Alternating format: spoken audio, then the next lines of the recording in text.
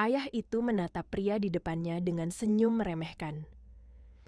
"Kalau kamu bisa memperbaiki jet pribadiku yang mati, total ini," katanya dingin.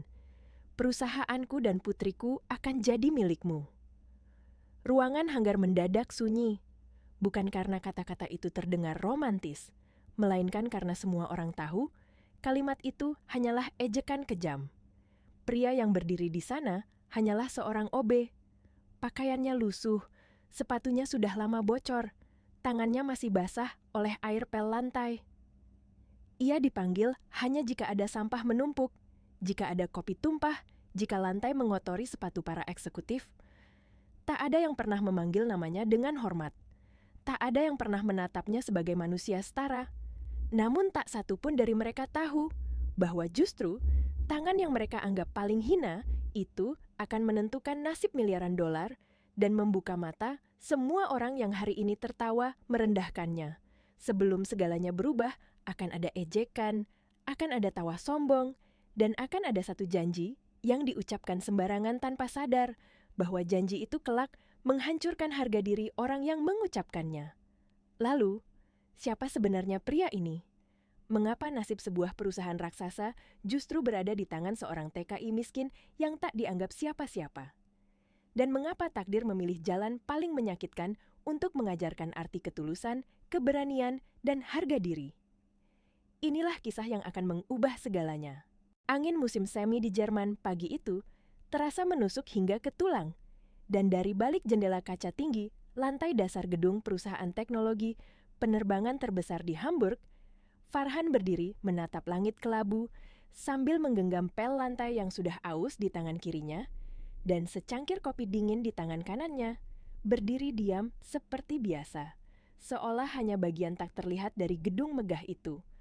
Seorang TKI dari Indonesia yang datang ke negeri asing. Bukan membawa mimpi besar, melainkan tanggung jawab hidup, dan di mata orang-orang di sana, ia hanyalah OB yang dipanggil saat lantai kotor, disuruh datang ketika sampah menumpuk, lewat di lorong tanpa pernah disapa atau dianggap ada. Tak ada yang tahu bahwa di balik seragam lusuh itu, Farhan menyimpan kesabaran panjang dan pikiran yang tak pernah berhenti belajar, karena setiap malam setelah jam kerja usai dan gedung mulai sunyi, ia sering kembali ke ruang komputer untuk membaca manual mesin jet yang dibuang, mempelajari diagram kelistrikan dan sistem avionik secara diam-diam, bukan untuk dipuji atau diakui, melainkan karena ia percaya ilmu selalu menemukan jalannya sendiri, seperti pesan ayahnya dulu yang selalu ia simpan dalam hati. Pagi itu, suasana gedung terasa berbeda. Langkah kaki para karyawan terdengar lebih cepat, telepon berdering tanpa henti, wajah-wajah tegang memenuhi lorong utama karena CEO tua bernama Hermuller akan berangkat ke Jepang membawa urusan bisnis besar yang menentukan masa depan perusahaan. Sebuah perjalanan yang tak boleh gagal dan tak boleh ditunda. Namun, sebelum jet pribadi itu meninggalkan hanggar, teriakan panik pecah dari ruang kontrol teknisi ketika mesin utama tak mau menyala. Sistem starter mati total, dan backup avionik tak merespons sama sekali.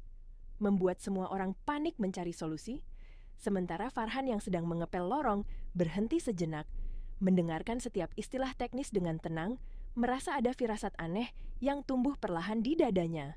Ia tidak berkata apa-apa dan tidak melangkah ke depan, hanya menyimak dengan kepala tertunduk seperti biasa. Tanpa tahu bahwa pagi itu bukan sekadar hari kerja biasa, karena takdir sedang bergerak pelan menuju dirinya, pria yang selama ini selalu dianggap tidak ada. Pintu ruang kontrol teknisi terbuka lebar, dan suasana di dalamnya semakin tegang ketika Hermuller muncul dengan jas tebalnya, langkahnya cepat, dan wajahnya dipenuhi amarah yang ditahan. Di belakangnya beberapa petinggi perusahaan menyusul, sementara seorang wanita muda berwajah tegas dan anggun berjalan sedikit tertinggal, Alisa, putri tunggalnya, yang sejak tadi memperhatikan kekacauan itu tanpa berkata apa-apa, hanya menatap layar-layar mati yang seharusnya menunjukkan sistem jet dalam kondisi siap terbang. "Aku sudah bilang rawat jet itu dengan benar," bentak Hermuller pada kepala teknisi. Suaranya menggema keras di ruangan sempit itu, sementara sang teknisi menjawab dengan suara gemetar, bahwa semua protokol darurat sudah dicoba. Listrik aman, sistem bahan bakar normal, tapi mesin tetap tak mau hidup. Dan mereka butuh setidaknya 2 hari untuk membongkar total sistem kelistrikan dan avionik. Kalimat yang langsung membuat wajah Hermuller semakin gelap karena investor Jepang sudah menunggu. Dan kegagalan hari ini bisa menjatuhkan nilai saham perusahaan dalam hitungan jam. Di tengah kepanikan itu, Farhan berdiri di dekat dinding lorong dengan pel lantai masih di tangannya. Kepalanya tertunduk seperti biasa. Namun, telinganya menangkap setiap percakapan teknis yang terlontar, dari sistem starter, APU, hingga jalur kelistrikan utama. Semua terdengar akrab baginya seperti potongan puzzle yang perlahan mulai tersusun di kepalanya. Meski ia tahu tempatnya bukan di ruangan itu, dan suaranya tak pernah diminta. Beberapa teknisi saling berpandangan. Wajah mereka penuh frustasi dan kelelahan. Karena tak satupun solusi berhasil, dan waktu terus berjalan tanpa ampun. Sementara, Hermuller mondar-mandir dengan napas berat, menatap jam tangannya berkali-kali, seolah berharap waktu bisa berhenti atau mesin tiba-tiba hidup dengan sendirinya.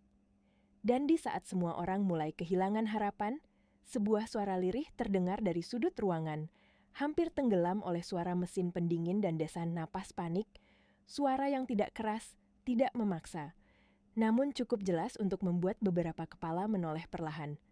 "Maaf, Pak, boleh saya coba lihat sebentar?"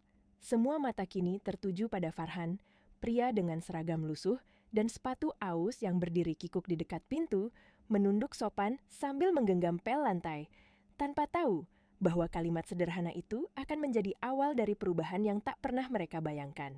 Tawa kecil langsung pecah dari salah satu teknisi, diikuti senyum meremehkan yang bahkan tak berusaha disembunyikan, karena di mata mereka, pria itu hanyalah OB yang baru bekerja beberapa bulan dan bahkan tak layak mendekati jet bernilai miliaran euro, apalagi menyentuh panel teknisnya.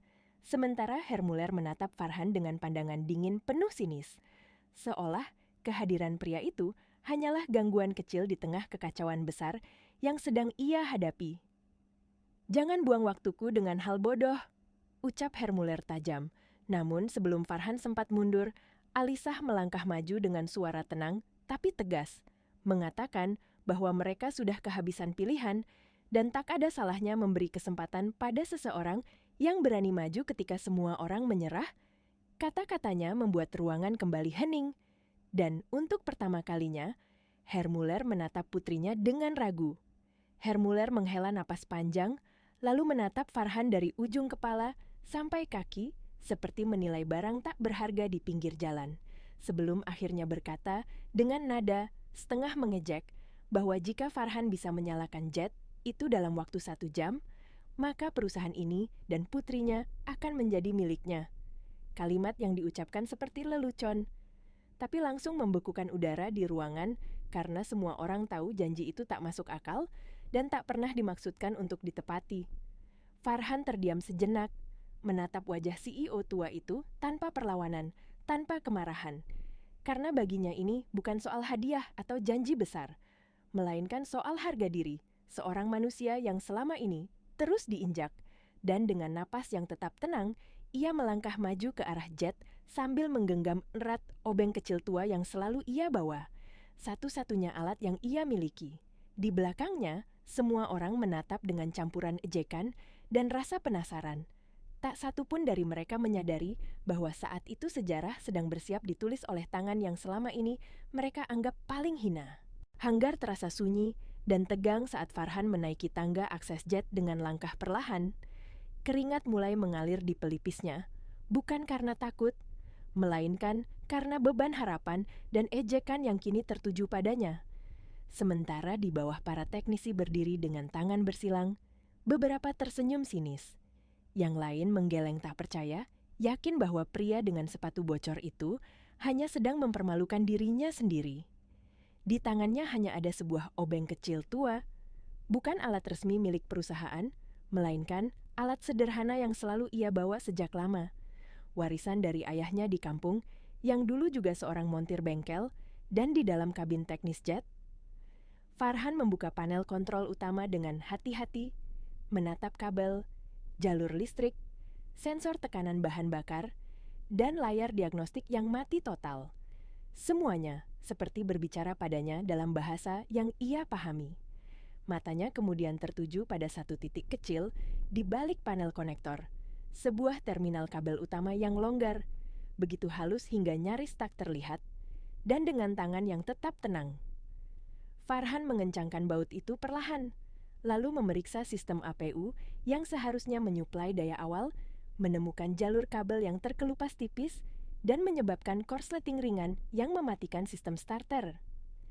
Tanpa panik, ia mengisolasi kabel tersebut, merapikannya kembali, lalu menekan tombol reset sistem elektronik, dan satu persatu lampu indikator mulai menyala perlahan dari gelap. Tanda-tanda kehidupan yang membuat beberapa teknisi di luar mulai saling berpandangan, meski belum ada yang berani bersuara.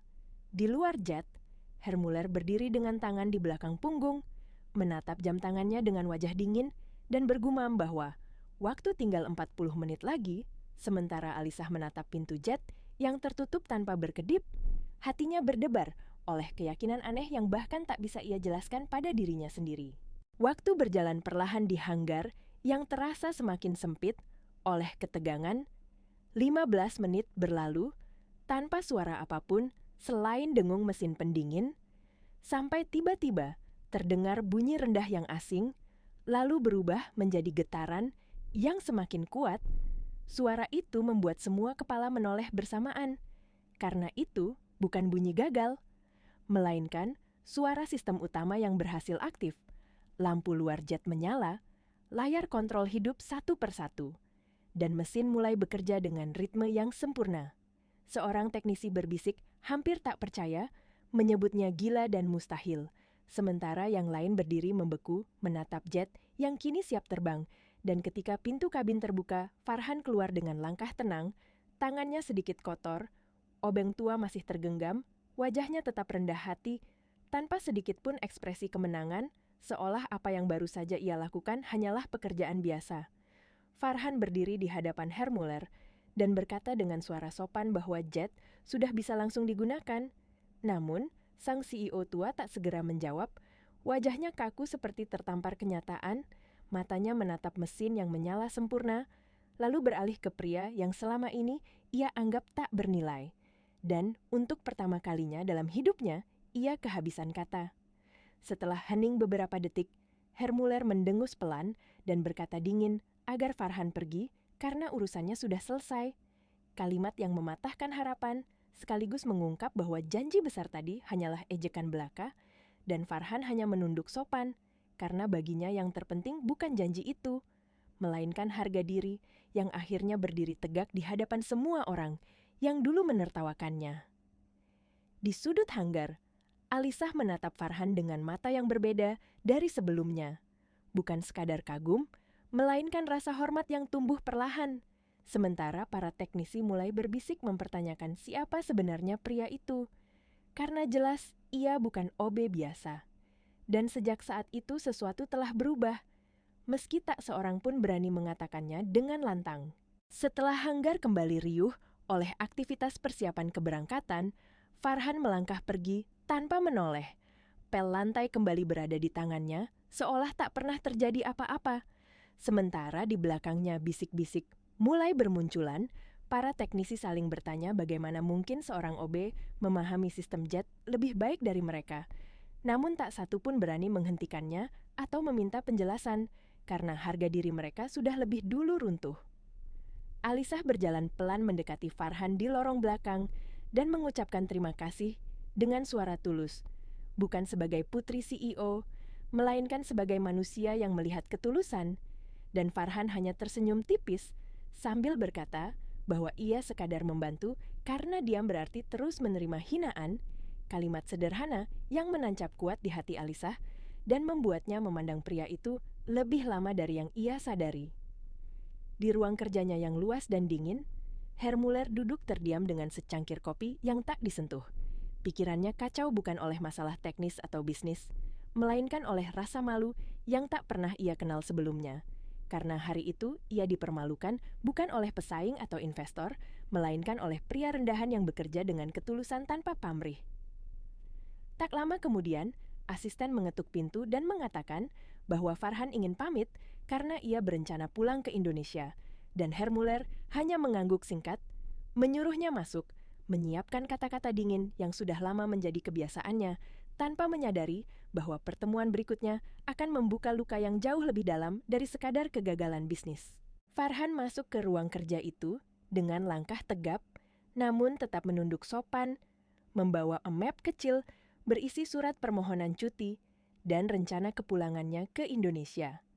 Sementara, Hermuller menatapnya dari balik meja besar dengan pandangan dingin yang berusaha menyembunyikan kegelisahan. Lalu, tanpa basa-basi ia bertanya, berapa uang yang Farhan inginkan setelah kejadian di hanggar, seolah semua kebaikan bisa dibayar dan ditutup dengan angka. Farhan terdiam sejenak, lalu menggeleng pelan, mengatakan bahwa ia tidak menuntut apapun dan hanya ingin membantu. Jawaban yang justru membuat Hermuller tertawa kecil dengan nada meremehkan, menegaskan bahwa janji tentang perusahaan dan putrinya hanyalah candaan. Karena orang seperti Farhan menurutnya hanya cocok membersihkan lantai, bukan memegang kekuasaan atau mimpi besar. Dengan wajah datar, Hermuller membuka laci dan mengeluarkan koper kecil berisi uang tunai, jumlah yang bahkan tak pernah dibayangkan Farhan seumur hidupnya. Lalu menyuruhnya mengambil uang itu dan pulang ke negaranya, serta meminta agar ia tak pernah mendekati putrinya lagi. Dan saat koper itu terbuka, Farhan tahu uang itu bukan hadiah, melainkan hinaan yang dibungkus kemewahan. Namun Farhan tetap mengambil koper itu dengan tangan yang sedikit bergetar, bukan karena tamak, melainkan karena ia teringat ibu yang sakit dan adik-adiknya yang masih sekolah, lalu ia mengucapkan terima kasih dengan suara pelan sebelum melangkah keluar, meninggalkan ruangan megah itu tanpa dendam, tanpa teriakan, hanya membawa luka yang tak terlihat. Di balik dinding kaca lantai 2, Alisah berdiri menyaksikan semuanya dalam diam, melihat ayahnya merendahkan pria paling jujur yang pernah ia temui. Dan sore itu ia menangis sendirian di kamarnya. Bukan karena kehilangan cinta, melainkan karena menyadari bahwa kesombongan telah membutakan hati seseorang terlalu lama. Malam itu, Farhan duduk sendirian di kamar sempitnya, koper kecil terbuka di hadapannya dengan uang yang masih terasa asing dan berat di hati. Karena ia tahu jumlah itu bisa mengubah hidup keluarganya di Indonesia. Tapi tak bisa menutup perasaan hampa yang kini mengisi dadanya, dan sambil menatap foto ibunya yang sakit serta adik-adiknya yang masih sekolah, ia sadar bahwa kadang hidup memaksa orang baik menerima penghinaan demi tanggung jawab yang lebih besar. Keesokan paginya, saat langit Hamburg masih diselimuti kabut tipis, Farhan berdiri di halte dekat gerbang belakang perusahaan dengan jaket lusuh dan ransel di punggung, resmi mengakhiri hari-harinya di tempat yang selama ini hanya mengenalnya sebagai OB, tanpa perpisahan, tanpa pelukan, hanya anggukan simpati dari beberapa satpam yang diam-diam menghormatinya. Namun, 3 hari sebelum tiket kepulangannya digunakan, takdir kembali bergerak dengan cara yang tak pernah ia duga. Ketika di parkiran bawah tanah gedung perusahaan, Hermuller disergap oleh sekelompok pria asing yang berniat merampok dan melukainya. Teriakan panik menggema di ruang beton yang sepi, dan di saat tak ada satupun orang berani mendekat, satu suara tegas menghentikan semuanya. Farhan muncul dari balik tangga dengan langkah cepat, tanpa ragu melawan mereka satu persatu dengan gerakan yang tenang namun mematikan. Melucuti senjata, menjatuhkan tubuh-tubuh itu ke lantai tanpa dendam, hingga Hermuller hanya bisa terduduk gemetar menatap pria yang dulu ia usir dengan hinaan, kini justru menyelamatkan nyawanya tanpa meminta apapun sebagai balasan. Saat semuanya berakhir, Farhan hanya membantu Hermuller berdiri dan berkata dengan suara lembut bahwa tidak ada manusia yang pantas disakiti, lalu melangkah pergi tanpa menoleh, meninggalkan sang CEO tua dengan luka di tubuh dan guncangan jauh lebih besar di hatinya. Karena untuk pertama kalinya, ia menyadari bahwa kekayaan tak pernah menjamin kemuliaan, dan bahwa ia telah meremehkan orang yang paling layak dihormati. Setelah kejadian di parkiran itu, malam-malam Hermuller tak pernah lagi sama. Karena setiap kali ia memejamkan mata, bayangan Farhan muncul bukan sebagai OB yang ia hina, melainkan sebagai pria yang berdiri di depannya, Tanpa dendam, tanpa tuntutan, hanya ketulusan yang membuat hati seorang lelaki tua runtuh perlahan. Hingga akhirnya ia menyadari bahwa selama ini ia terlalu sibuk menjaga gengsi dan kekuasaan sampai lupa melihat manusia apa adanya. Keesokan harinya, Hermuller memanggil Alisah dan untuk pertama kalinya mendengarkan putrinya tanpa memotong, tanpa menghakimi, hingga ia mengakui bahwa cinta dan kepercayaan tak bisa dibeli dengan uang atau status, dan dengan tangan bergetar ia menandatangani keputusan yang mengubah segalanya, bukan karena terpaksa, melainkan karena nuraninya akhirnya berbicara lebih keras dari kesombongan.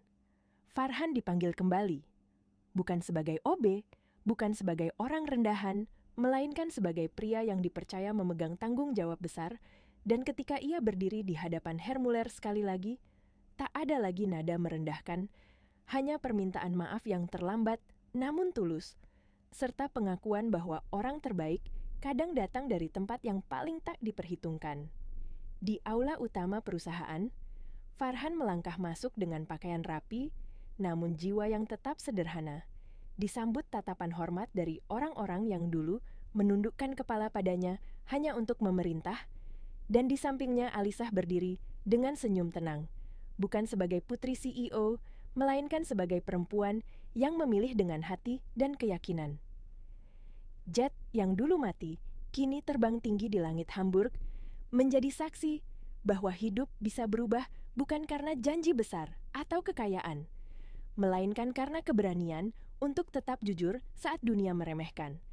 Dan Farhan membuktikan bahwa orang kecil pun bisa berdiri besar, bukan dengan teriakan, tetapi dengan ketulusan yang tak pernah ia lepaskan.